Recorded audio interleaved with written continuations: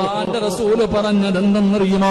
ആരെങ്കിലും എന്റെ ഖബർ സിയാറത്ത് ചെയ്താൽ മദീനത്തെ പച്ചക്കുബ്ബയുടെ മടിത്തട്ടിൽ കിടന്നുറങ്ങുന്ന ലോകത്തിന്റെ നേതാവിന്റെ റൗളാ ശരീഫിന്റെ മുറ്റത്ത് ചെന്നിട്ട് അസ്സലാത്തു വസ്സലാമു അലൈക യാ സയ്യിദി യാ റസൂലല്ലാഹ്,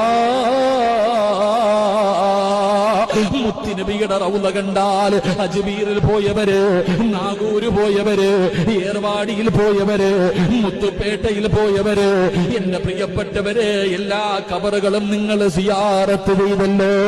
എങ്കിൽ അല്ലാഹുവിന്റെ റസൂലിന്റെ റൗള കണ്ടിട്ടുണ്ടോ? മുത്തുനബിയുടെ കൊട്ടാരം കണ്ടിട്ടുണ്ടോ?